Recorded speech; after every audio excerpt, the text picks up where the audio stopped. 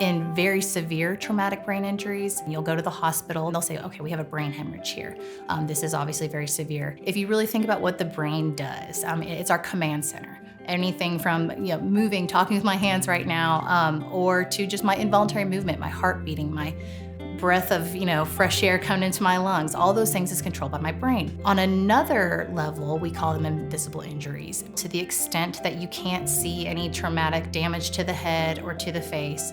But a lot of times there is so much going on internally that people just don't see and they can't experience unless they know you personally. So the important thing is, after a collision, is again to assess yourself, because a lot of times your adrenaline is pumping and you may not be able to adequately assess at that moment. But for the days following the collision, you really want to start monitoring. You want to be able to say, okay, I think I'm feeling fine, but my head is throbbing. Or maybe your inability to focus. Or perhaps it's something along the lines of you're having these outbursts that you can't really explain. Maybe it's crying, maybe it's anger, maybe it's over laughter.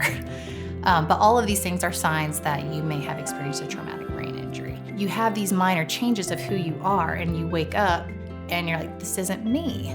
And it changes you, it changes your relationships, and all those things are really what make our life, and they have value. And the fact that this has happened to you at no fault of your own can be just overly catastrophic. It's like waking up being a new person and not really knowing how to operate or why things are happening.